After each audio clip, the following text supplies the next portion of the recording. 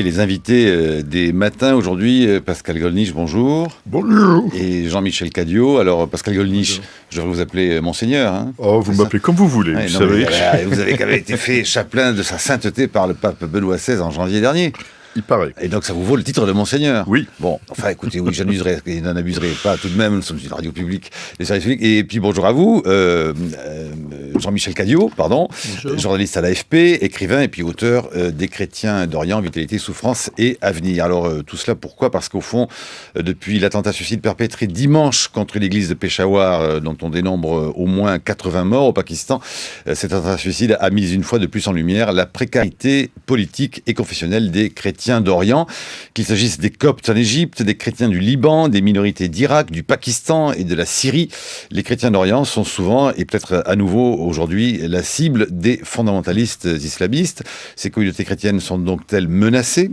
Quel est leur rôle politique ? Quelle place tiennent-elles au sein de la communauté chrétienne mondiale ? Et puis au fond, pourquoi aussi, ici, on ne semble pas plus s'émouvoir de cette situation ? On s'étonnera d'ailleurs peut-être au demeurant que la vigueur et l'énergie déployées par certains chrétiens contre le droit au mariage pour tous ne se manifestent pas davantage pour soutenir la cause de chrétiens qui aujourd'hui sont victimes et martyrs. D'ailleurs, cela vous surprend ou pas, cette sorte d'indifférence quand même, relative indifférence tout de même, Pascal Gollnisch ? Alors je ne sais pas s'il y a une véritable indifférence. Je pense quand même que l'opinion française se sent très proche de ces chrétiens d'Orient. Oui, mais elle ne manifeste pas dans la rue pour le dire. Et il y a eu notamment une émotion très forte au moment, vous vous en souvenez peut-être, de l'attentat de la cathédrale syriaque à Bagdad, qui avait fait 50 morts, de nombreux blessés, qui ont d'ailleurs été accueillis par la France. Le problème, c'est que si nous nous manifestons trop, nous faisons des chrétiens d'Orient des sortes d'alliés de l'Occident. Alors. Et à ce moment-là, ça met en péril leur situation, car l'un des soucis pour ces chrétiens d'Orient, c'est d'être reconnus comme de vrais citoyens des pays dans lesquels ils sont. Donc ce ne sont pas la cinquième colonne de l'Occident. Et donc le soutien est difficile. Mais je crois qu'il y a quand même une vraie sensibilité, non seulement chez les catholiques, mais au-delà des catholiques, sur la situation des chrétiens d'Orient. Mais vous auriez aimé quand même que les autorités se manifestent davantage après l'attentat de Peshawar ? Alors je suis effondré, là, en effet, sur la situation d'abord des chrétiens au Pakistan, qui est une véritable situation de persécution. J'utilise ce mot assez rarement, parce que souvent, on emploie tout de suite persécution, il faut discerner. Gardons les mesures et nous discernerons tout au long de cette émission, d'ailleurs, bien sûr. Au Pakistan, je l'utilise sans hésitation, parce que cet attentat vient après de nombreux meurtres de chrétiens. Et puis, vous le savez, au Pakistan, il y a le problème de la loi sur le blasphème qui fait que très vite, un chrétien ou une chrétienne sont accusés d'avoir blasphémé et se retrouvent condamnés parfois à mort. Je pense notamment à la situation d'Asia Bibi, qui est condamnée à mort, certes, qui n'a pas encore été exécutée, mais qui est toujours emprisonnée depuis plusieurs années. Et au-delà d'elle, il y a de nombreux chrétiens et chrétiennes qui sont en prison pour blasphème. C'est intolérable. Il y a là-dessus une grande indifférence, effectivement, des gouvernements occidentaux et des institutions internationales. Et là, je crois qu'il faut un réveil. Je sais que le Pakistan, c'est complexe, que le Pakistan est une puissance nucléaire, que la situation géographique du Pakistan est complexe aussi, tout le monde le sait, c'est à côté de l'Afghanistan. Complexité à laquelle s'ajoute de toute façon quand même la très grande longévité de cette communauté chrétienne au Pakistan. Enfin, ils ne sont pas là depuis non plus juste avant-hier. Oui, donc, ce n'est pas ce qu'on appelle une église orientale, c'est-à-dire que c'est une église qui est née, comme dans l'essentiel de l'Inde, de missionnaires européens. Mais quand même, ils sont là effectivement depuis longtemps, et là aussi, il nous faut de la clarté, de la fermeté, et souvent, de fait, la situation des chrétiens dans ces pays souffre d'une certaine lâcheté des organismes internationaux et des gouvernements occidentaux. Dites, Jean-Michel Cadiot, on tente de définir ce que c'est que cette notion alors, de chrétien d'Orient qui parfois agace certains en disant ça généralise trop parce qu'il y a des églises différentes, des manières de croire, de pratiquer différentes. Mais enfin, tout de même, est-ce qu'elle veut bien dire quelque chose ? Et au sens que, comme le disait le père Gollnisch, il ne s'agit pas au fond de faire des chrétiens d'Orient le bras armé de l'Occident, mais l'essence de la chrétienté, elle est bien d'Orient. Absolument. Mais je suis d'accord avec le père de Gollnisch, il y a une indifférence vis-à-vis de toutes les minorités dans tous ces déferlements, ces révolutions qu'il y a.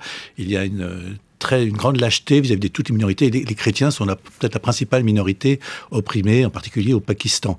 Alors les chrétiens d'Orient, effectivement, les chrétiens d'Orient, les Pakistanais chrétiens ne sont pas proprement parlé des chrétiens d'Orient, dans la mesure où ceux de Chine, ou une grande partie de ceux de l'Inde, pas sous ceux de l'Inde. En Inde, il y a aussi des chrétiens d'Orient, au sens où nous l'entendons, c'est-à-dire des chrétiens des premiers siècles, même du temps même de Jésus-Christ. Les chrétiens d'Inde, donc, par exemple, l'apôtre Thomas y est allé, les Chaldéens, les Arméniens y seraient allés, les Chaldéens, les Arméniens, les Coptes, voilà, sont des chrétiens d'Orient, c'est-à-dire enracinés et sur place avant l'islam. Alors, ils ne sont certainement pas des bras armés de l'Occident, puisqu'ils sont là, ils sont des patriotes loyaux depuis toujours, et ils sont actuellement victimes d'ostracisme vraiment grave. Ce qui se passe en Syrie, par exemple, où ils sont otages d'un conflit, d'une guerre civile. Ils ont toujours été loyaux, c'est-à-dire qu'effectivement, ils sont pas forcément avec les rebelles, et pour eux, c'est un très gros problème. Mais en Égypte aussi, ils ont été très discriminés pendant l'ère Morsi. Alors peut-être maintenant c'est une meilleure période, mais ce n'est pas sûr du tout. Et au Pakistan, ce qui vient de se passer est absolument effroyable. Alors ce ne sont peut-être pas des chrétiens d'Orient au sens où nous l'entendons, mais ce sont des chrétiens qui vivent en Orient. C'est une minorité importante de 3 millions de personnes. Mais alors, la définition de chrétien d'Orient, alors les chrétiens d'Orient, ce sont les chrétiens... C'est très compliqué, c'est très long et très compliqué. Quoi, il faut rappeler quoi? C'est Antioche? C'est le conflit le sud de la Turquie. De Nicée, c'est ceux qui se sont retrouvés dès le départ dans les églises premières églises d'Orient, c'est-à-dire Rome, Antioche, Jérusalem, qui ont fait les premiers conciles, Nicée-Constantinople, Éphèse, ou qui sont disputés à l'occasion de ces conciles. Voilà, ça. Pascal Gollnisch? Oui, à la dire vrai, ce qu'il faudrait expliquer, c'est pourquoi il y a des chrétiens d'Occident, parce que le christianisme est né en Orient. Le christianisme est une religion asiatique. Voilà. Et par conséquent, ces chrétiens d'Orient, c'est ceux qui étaient sur place, donc après la Pentecôte, donc après l'ère christique, enfin après Jésus-Christ, ils sont restés là. Ils étaient à Jérusalem. Comme ils étaient un peu pourchassés, ils sont allés à Damas. On sait que Saint Paul est allé à Damas, et puis il est devenu chrétien lui-même. De Damas, ils sont allés à Antioche, parce que c'est le grand port méditerranéen. Là, la communauté chrétienne a été créée par Saint Pierre. Donc, vous voyez, c'est la toute première église, Rome, la petite grotte que l'on voit à Antioche, c'est la première église chrétienne. À Antioche, les disciples de Jésus ont reçu le nom de chrétiens, qui n'est pas rien. De Damas, vous pouvez aussi aller à Babylone, voilà, parce que c'était les communautés juives. Les premières voies d'expansion du christianisme, c'était parfois les voies romaines, parce que c'est plus facile pour se déplacer, mais aussi les communautés juives. C'était des juifs qui parlaient à d'autres juifs. Donc ils sont allés à Babylone, ils sont allés à Alexandrie. Donc par exemple, ce sont les chrétiens qui sont là depuis le début et qui ne doivent rien à leur existence aux missionnaires européens.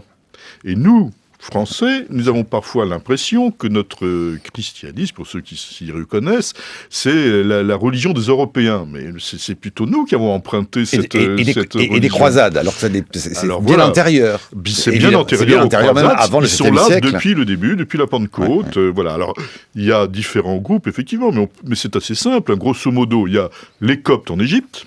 Voilà. Il y a les chrétiens de la Grande Syrie, Jordanie, etc., qui sont effectivement des chrétiens d'Antioche, qu'on appelle souvent des Syriaques, ou une branche qui s'appelle les Maronites pour le Liban.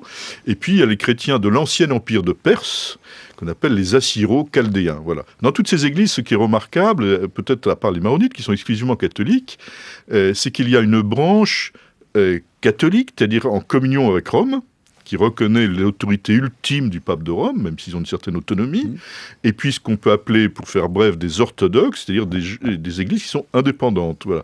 Mais chacune, il y a 2 églises sœurs, si vous voulez, qui ont la même liturgie, la même théologie, la même spiritualité, la même histoire. Il y a les Arméniens aussi. Mais à chaque fois, une église catholique, une église orthodoxe, et ça, c'est une richesse de rencontres œcuméniques aujourd'hui. Il faut savoir que Jean-Michel Cadiot. La principale de ces églises est en fait l'église éthiopienne, qui vient d'ailleurs de l'église copte, et qui fait 40 millions de personnes, c'est-à-dire à peu près de la moitié des chrétiens d'Orient. On en parle peu, mais c'est au cœur de l'Afrique, et l'Éthiopie joue un rôle majeur en Afrique. Dans son éditorial du 29 août, le quotidien La Croix rapportait la formule d'un prêtre européen vivant depuis très longtemps à Jérusalem, et lorsque des visiteurs s'étonnent de la présence de chrétiens au Proche-Orient, parce que il y a encore du travail à faire pour raconter l'histoire, il répond « On me demande comment ces Arabes sont devenus chrétiens. Je réponds qu'il faut plutôt se demander comment ces chrétiens sont devenus Arabes. » Pascal Gollnisch, ça vous semble un peu pertinent de renverser la question comme ça?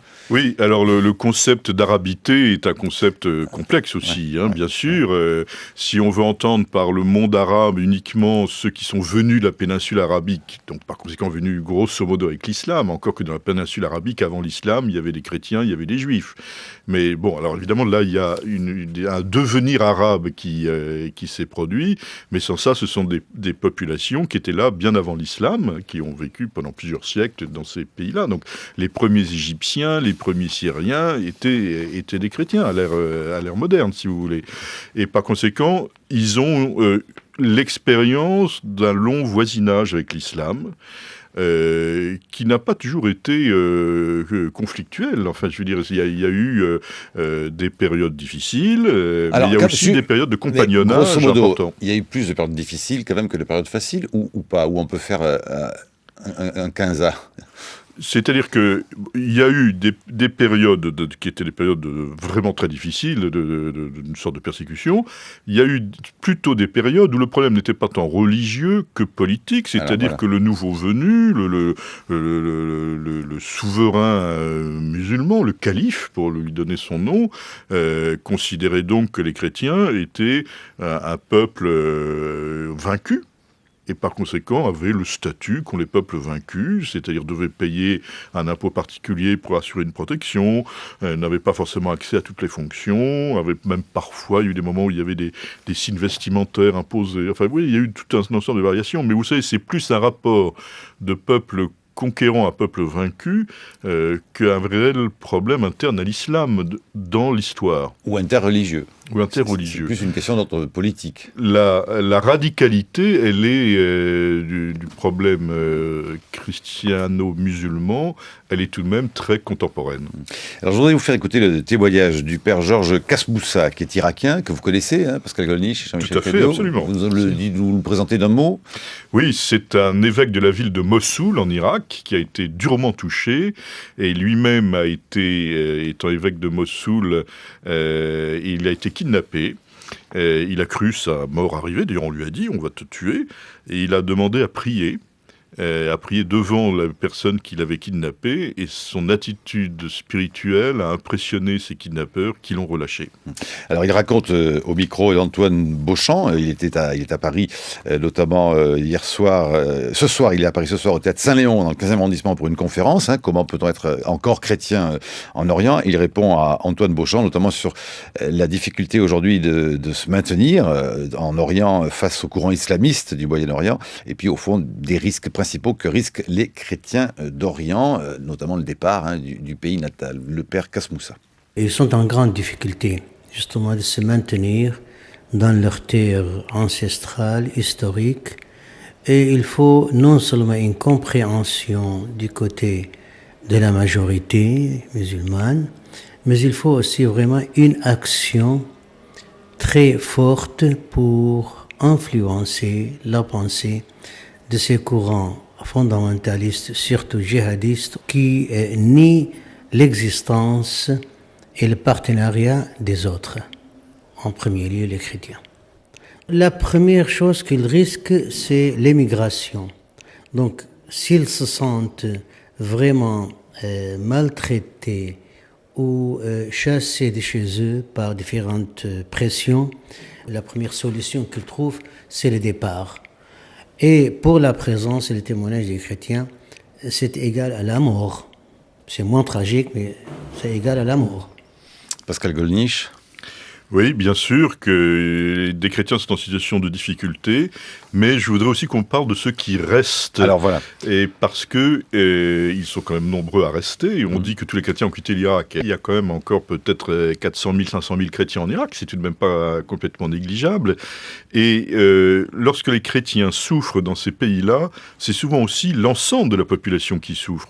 Par exemple, aujourd'hui en Syrie, bien sûr, les chrétiens sont en difficulté, mais toute la population est en difficulté. Absolument, c'est une mise au point qu'il est nécessaire de faire, bien sûr. Si vous voulez, il n'y a pas toujours une agressivité spécifique contre les chrétiens. Ça peut arriver. On en connaît des cas. Mais cela dit, y a-t-il quelque chose qui s'est tendu avec ce qu'on appelle la montée des fondamentalismes et du fondamentalisme islamique ? Incontestablement, il y a il y a depuis une vingtaine d'années, Jean-Michel depuis Cadieux. l'Afghanistan, par exemple, Voilà. il y a une montée fondamentaliste qui s'est créée avec Al-Qaïda, et maintenant Al-Qaïda, qui n'existait pas du tout en Irak et en Syrie, par exemple, est très important en Irak et en Syrie, et martyrise les chrétiens, il faut le dire. Et en Afrique, il y a donc 3 branches d'Al-Qaïda, Al-Aqmi, les Shebab, qui viennent de faire une épouvantable action qui est au Kenya, aussi antichrétienne, qui est il faut aussi le savoir, Et antisémite. Et antisémite. Donc il y a des menaces tout à fait nouvelles. Et là, je crois qu'il y a un manque de lucidité d'une partie des gouvernements occidentaux, justement, en soutenant finalement ces fondamentalistes pendant des années. Des années, c'était une erreur très grave. Pascal Gollnisch. Oui, moi je crois qu'il faut, bien sûr, il y a un radicalisme qui augmente en violence, mais il y a aussi un mouvement de fond dans les populations musulmanes pour rejeter cet islam violent et politique. Et vous voyez, ce qui s'est passé en Égypte, où de nombreuses églises ont été incendiées, c'est aussi qu'il y a des musulmans qui ont voulu protéger les lieux chrétiens. Et qu'un évêque d'Égypte me disait, mais si j'ai encore mon évêché, c'est parce qu'il y a des musulmans qui l'ont entouré pour le protéger, qui ne voulaient pas qu'on y mette le feu. Donc je voudrais aussi qu'on parle de ce mouvement de fond qui est très important, qui conditionne l'avenir des chrétiens. Nous y reviendrons sur 8h16, la chronique de Brice Couturier. Bonjour Brice. Bonjour Marc. L'attaque du centre commercial Westgate de Nairobi par un commando islamiste somalien affilié à Al-Qaïda a quelque peu évincé de nos écrans l'autre attentat meurtrier du week-end, l'attaque sanglante par des kamikazes de l'église de Tous les Saints de Peshawar lors de la sortie de la messe. Cet attentat a fait 78 morts, dont 34 femmes et 7 enfants, ainsi que de nombreux blessés. Mais il est vrai qu'il n'y avait pas d'occidentaux parmi eux, à la différence de l'attentat de Nairobi, ce qui explique peut-être pourquoi il a été très peu couvert par nos médias. À moins que ce ne soit l'effet d'une certaine gêne ressentie en Europe face aux problèmes posés par le sort des chrétiens d'Orient. Il faut le savoir, les fidèles qui souffrent le plus de persécutions en raison de leur religion aujourd'hui dans le monde, eh bien ils appartiennent aux différentes branches du christianisme. Si cette vérité a du mal à se dire en Europe, c'est parce qu'on y nourrit l'idée absurde selon laquelle ces chrétiens d'Orient seraient des vestiges de la colonisation. Alors que c'est le contraire. Ils sont, eux, les descendants des premiers chrétiens, tandis que l'Europe a été christianisée durant une période qui s'étend en gros du début du VIe siècle, avec le baptême de Clovis chez nous, au XIe siècle, avec la christianisation de la Suède, suite au baptême du roi Olof Skötkonung. Comme l'écrit Sébastien de Courtois dans son livre « Le nouveau défi des chrétiens d'Orient », ne sommes-nous pas une extension occidentale de leur culture? Ne sommes-nous pas aussi les héritiers de l'Orient? Un prêtre chrétien vivant au Moyen-Orient explique dans La Croix « On me demande comment ces Arabes sont devenus chrétiens. Je réponds qu'il faut plutôt se demander comment ces chrétiens sont devenus Arabes. » Derrière ces mots, ajoute le journaliste Guillaume Goubert, la vérité toute simple, les communautés chrétiennes étaient présentes dans cette région du monde bien avant qu'elles ne soient conquises au 7e siècle par les forces arabes et musulmanes. Aujourd'hui, ces antiques communautés chrétiennes sont menacées, on le disait pendant la première partie de cette émission. Il reste entre 5 et 8 millions, on ne sait pas exactement, de chrétiens coptes en Égypte, coptes pour l'essentiel.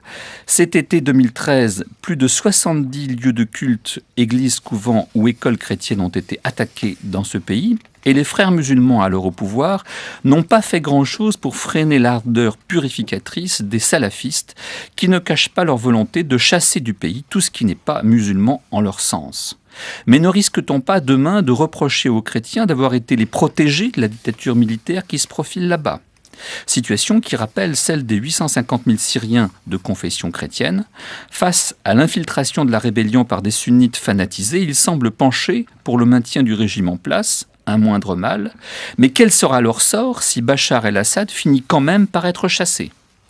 En Irak, l'affaire est entendue. Les 2/3 des chrétiens ont quitté le pays pour fuir les assassinats qui les prenaient pour cible.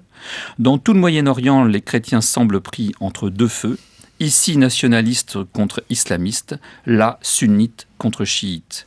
Mais ici, en Europe, que pouvons-nous faire ? Faut-il organiser l'exil massif de ces minorités pour leur permettre de vivre librement leur foi ? Ou au contraire, tenter de persuader les États de garantir leur survie sur place ? Et si oui, comment ? La chronique de Brice Couturier à retrouver sur franceculture.fr. Jean-Michel Cadieux, Pascal Gollnisch. Je vous ai vu hocher la tête lever un sourcil ou deux, 2-3 reprises, Pascal Gollnisch? Oui, alors essayons d'apporter quand même quelques précisions. En Égypte, 5-8 millions, peut-être même 10, mais c'est difficile de faire des statistiques, je vous le concède. Je trouve que dans les événements récents qui ont eu lieu, il y a eu assez peu d'analyse de la part des institutions politiques sur ce qu'avait fait le gouvernement Morsi, qui était de détruire la démocratie naissante en Égypte. Et le peuple égyptien s'est soulevé massivement, comme jamais il ne s'était soulevé. Il y a eu bien plus de manifestations contre Morsi qu'il y en a eu contre Moubarak. Avant que l'armée ne prenne la décision, du coup, de renverser Morsi. Et c'est cet endroit-là que c'est passé. On a été frappé de voir que le recteur d'Al-Azhar, l'autorité symbolique de l'islam sunnite en Égypte, s'est situé contre Morsi. Le gouvernement Morsi n'avait de cesse de vouloir pourchasser le recteur d'Al-Azhar. Le patriarche orthodoxe s'est situé aussi aux côtés des nouvelles autorités. Et actuellement à Paris, il y a le patriarche copte catholique, pour dire combien la France compte encore pour ses chrétiens. Et il me disait, le peuple égyptien s'est soulevé parce que les frères musulmans étaient en train de porter atteinte à l'identité égyptienne. Le rêve des frères musulmans, c'est de faire un grand État islamique, de rétablir un califat qui ignore les frontières actuelles. Cependant, ces frontières actuelles, même si peut-être effectivement elles sont nées de circonstances plus contemporaines, est-ce qu'il y a une identité égyptienne, il y a une identité syrienne, il y a une identité irakienne, et ce qui s'est soulevé, c'est le peuple égyptien. Ce sont des dizaines de millions de musulmans égyptiens qui ont dit « nous ne voulons pas de l'islam politique ». Le recteur d'Al-Azhar a dit « les autorités civiles en Égypte ne doivent pas être théocratiques ». Donc l'événement est considérable. C'est la première fois qu'un grand pays arabe, et ô combien grand, à lui tout seul, il fait plus peut-être que tous les autres réunis, dit « nous ne voulons pas de l'islam politique ». Cet événement est considérable. Les maisons chrétiennes et les églises chrétiennes et les écoles chrétiennes et les couvents chrétiens qui ont été incendiés durant 3 jours l'ont été par les frères musulmans. Sur ordre, de manière organisée. Pendant 3 jours, il y a eu, parce qu'ils avaient été chassés par l'armée d'un certain nombre de pas dans le Caire, une répression. Encore une fois, j'utilise rarement le mot persécution, mais là, nous avons assisté à 3 jours de persécution. C'est près d'une centaine de lieux identifiés comme chrétiens qui ont été incendiés en représailles. Ça a été bref. C'est terminé, l'armée a dit qu'elle aiderait à la reconstruction, les autorités nouvelles se sont engagées à travailler avec les chrétiens, à reconnaître les chrétiens comme de vrais citoyens, car souvent le discours était tenu, le véritable citoyen égyptien doit être musulman, donc les chrétiens, ce ne sont pas des vrais citoyens égyptiens. Tout cela est terminé, donc c'est un moment d'espérance pour les chrétiens d'Égypte actuellement. Il faut l'entendre, les chrétiens d'Égypte respirent actuellement. En Syrie, la situation est extrêmement difficile parce que depuis le début, les chrétiens disent que dans la rébellion, il y a des gens extrêmement violents, extrêmement cruels, qui n'ont pas de chars, qui n'ont pas d'avions, mais s'ils en avaient, ils n'hésiteraient pas à s'en servir contre des populations civiles. Alors, toute la rébellion n'est pas des djihadistes. Bien sûr, il y a des gens qui veulent que leur pays avance, qu'un régime autoritaire soit renversé, etc. Que les sunnites aient plus accès au pouvoir. Mais il y a ces djihadistes extrêmement violents, et le moins qu'on puisse dire, c'est que l'Occident a fermé les yeux là-dessus. Ce sont des gens, tout le monde le sait, qui sont armés par le Qatar, mais le Qatar n'a pas d'industrie d'armement, donc d'où viennent ces armes? Ils viennent de chez nous, nécessairement. Nous avons été extrêmement aveugles sur cette situation, et je pense que ça n'a pas fait entendre, nous n'avons pas entendu les cris des chrétiens. Voilà. Et en Irak, il y a quand même 400 000 chrétiens qui restent en Irak, et les conflits dramatiques que connaît l'Irak aujourd'hui, c'est entre sunnites et chiites, c'est pas d'abord une violence antichrétienne. Donc malgré tout, il y a des signes d'espérance, c'est-à-dire que si ces pays entrent dans plus de modernité, si l'on veut bien, ou de post-modernité, les chrétiens y ont leur place. Et d'une certaine manière... Ils ont leur place sur quelle base? Sur une question politique, du coup, de faire fonctionner les institutions? Si ces pays sur un modèle autrefois jugé, quand il était assez pacifique, idéal, qui serait quoi, le modèle libanais? Non, je crois que le modèle, si ces pays entrent dans la modernité, c'est de reconnaître la pleine citoyenneté pour chacun, quelle que soit sa religion. Ce qui fait que c'est pas une laïcité comme chez nous, parce que de fait, ce sont des peuples qui sont profondément religieux, qui sont imprégnés généralement de l'islam.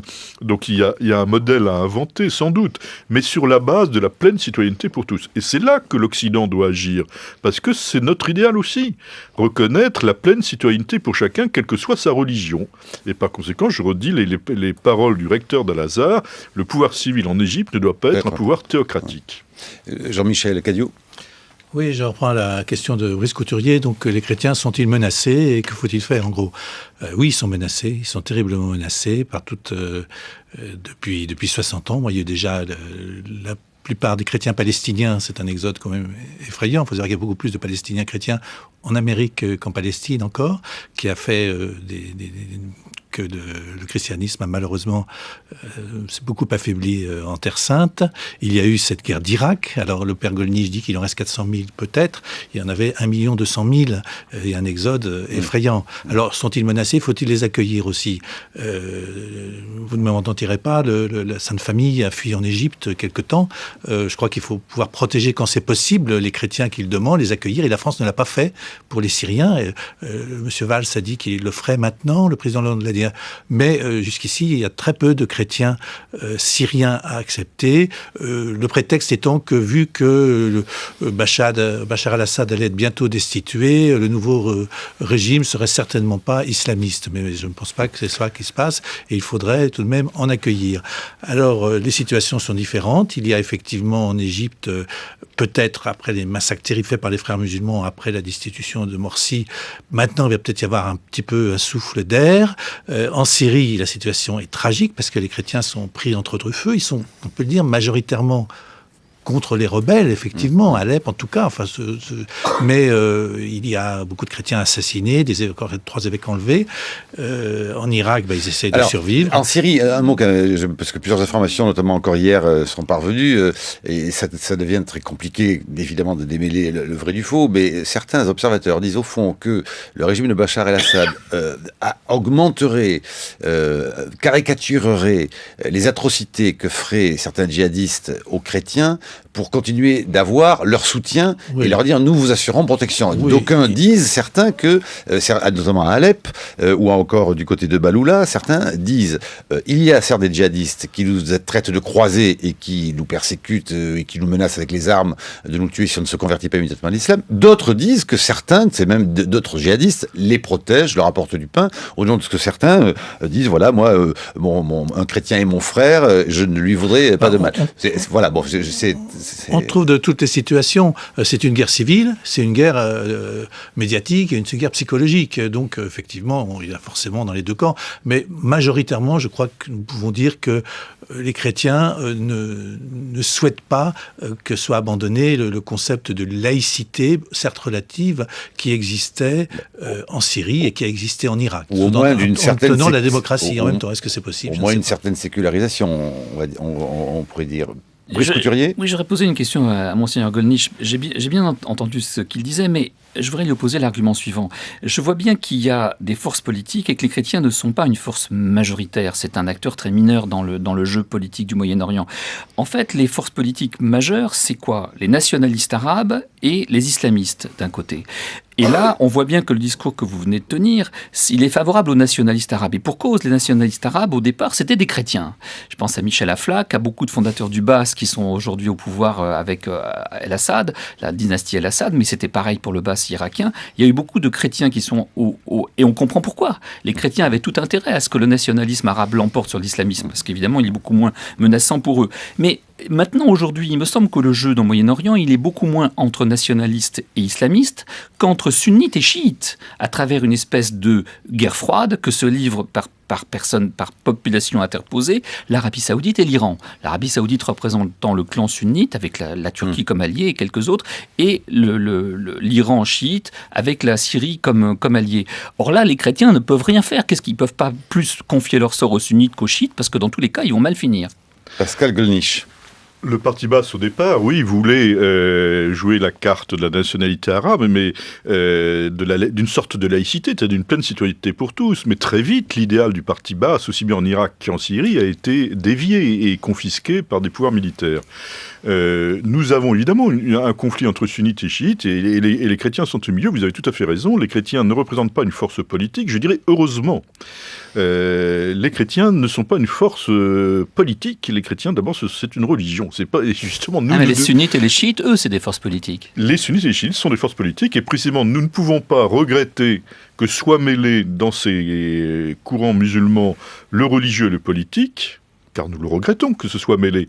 Et par conséquent, nous devons nous réjouir que les chrétiens, eux, ne mêlent pas les deux. Ne le réclament pas, en tout cas. La chance des chrétiens est sans doute dans leur fragilité, c'est-à-dire que personne n'imagine que les chrétiens vont prendre le pouvoir en Syrie ou en Irak. Et par conséquent, ils sont dans leur fragilité des liens possibles entre chiites et sunnites notamment. Ou des alliés possibles, et c'est ça le risque. Des alliés, mais des liens. Parce qu'être l'allié de Bachar el-Assad, c'est assez inquiétant pour l'avenir. Sur cette question-là, quand même, qu'il faut aborder une fois pour toutes, si j'ose dire, Pascal Gollnisch, quand même, le risque des chrétiens en Syrie, d'être évidemment taxé d'avoir été trop longtemps favorable à un régime que les rebelles essaient de mettre mais nous n'avons pas de vision pour la Syrie. Nous ne savons pas ce que nous voulons faire en Syrie. Nous sommes en train de gérer des problèmes instantanés. Le Conseil national syrien ne représente rien. Il n'assure même pas son autorité sur l'armée syrienne libre. Nous voyons des groupes djihadistes. Nous savons qu'il y a des Tchétchènes. Comment voulez-vous que les Russes acceptent la présence de Tchétchènes parmi les djihadistes ? Par conséquent, nous sommes devant une nébuleuse et dont, encore une fois, certains courants sont extrêmement violents et qui ne parvient pas à se structurer. Voici des mois que le gouvernement français nous dit qu'il va y avoir un gouvernement de l'opposition, un gouvernement en exil, un gouvernement...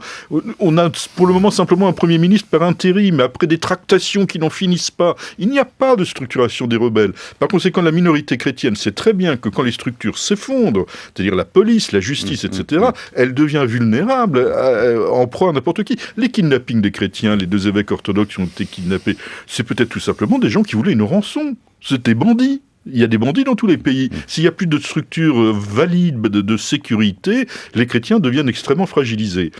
Et je pense que les gouvernements occidentaux ont été comme extrêmement flous et extrêmement longs avant de désigner effectivement cette présence djihadiste qui est grave. Quant au régime Assad, la France réclame depuis 3 ans, en préalable à toute discussion, le départ du président Assad.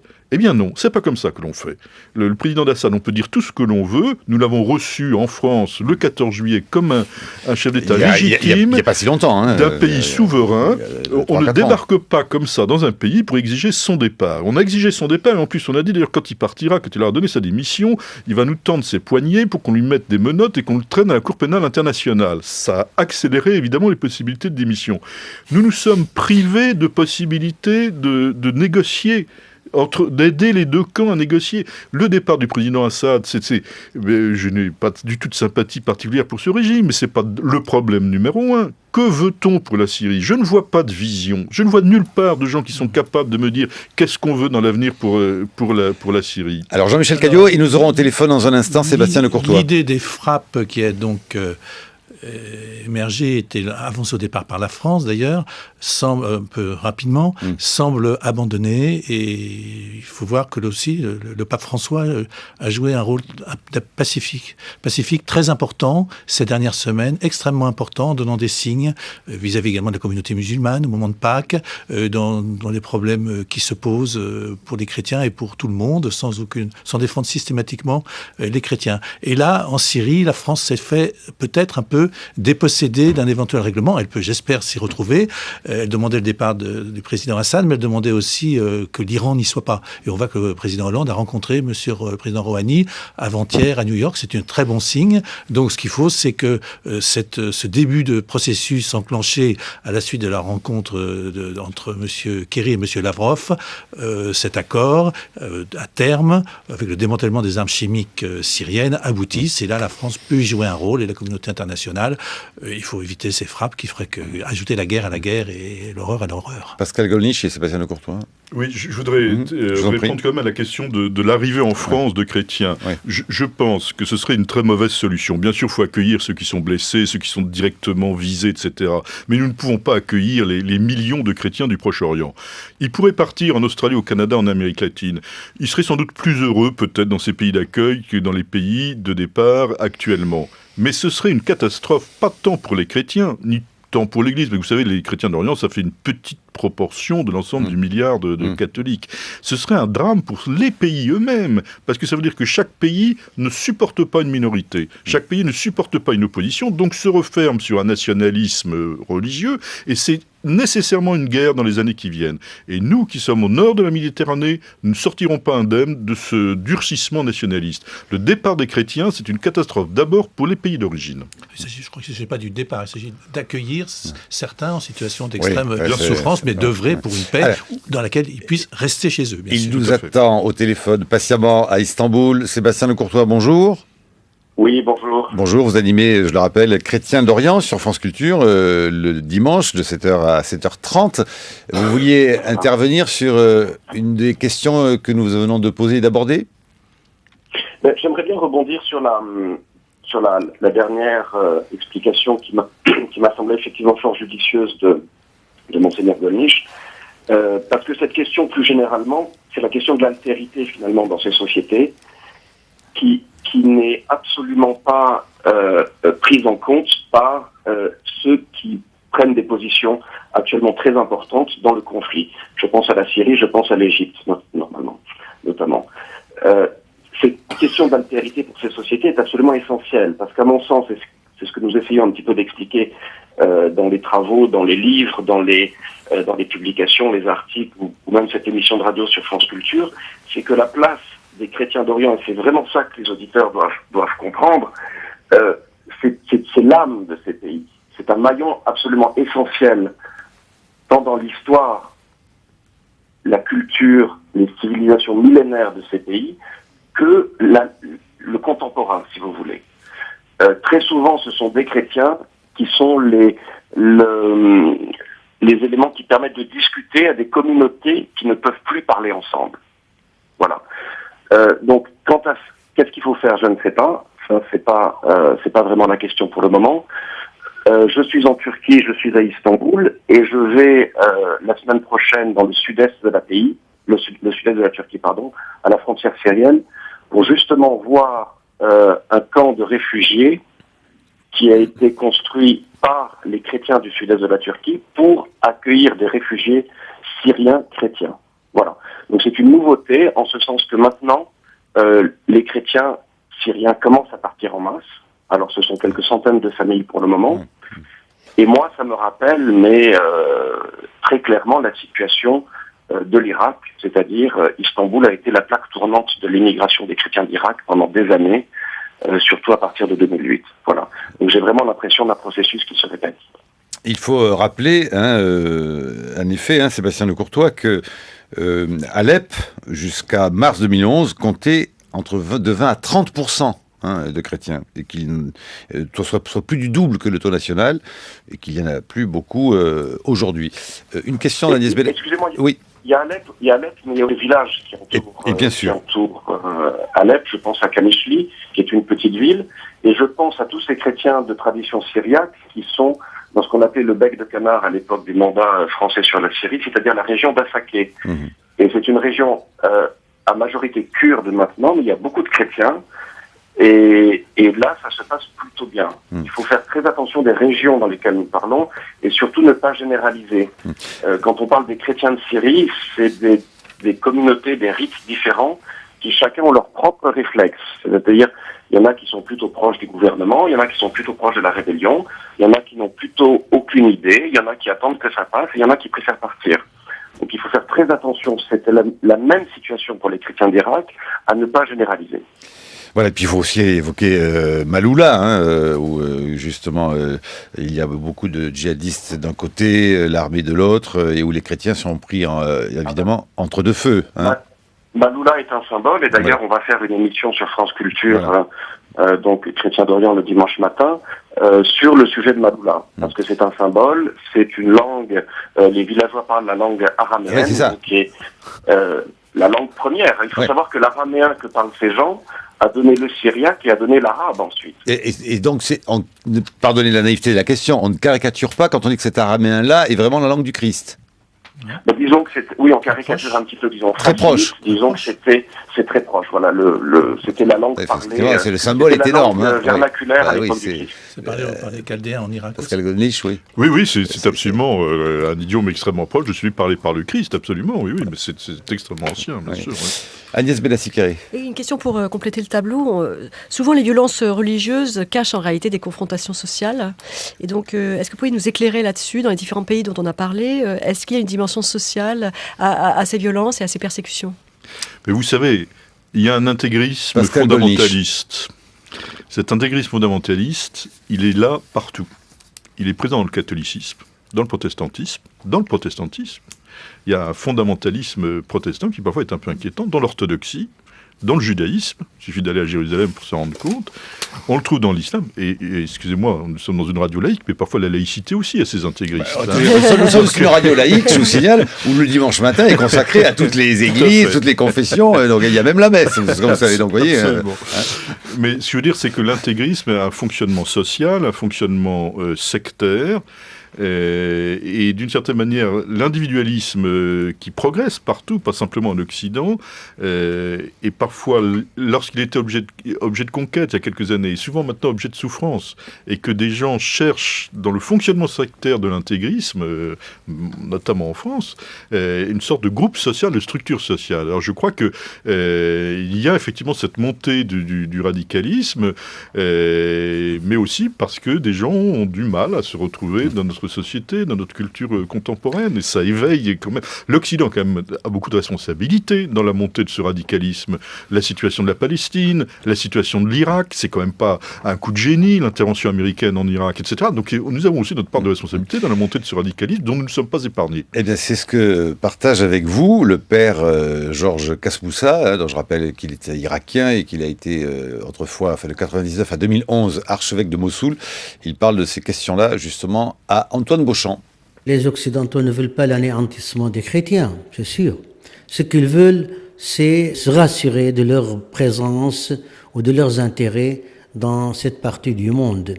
Or, les intérêts de l'Occident, selon les calculs politiques, doivent se baser sur le pétrole et l'argent du pétrole.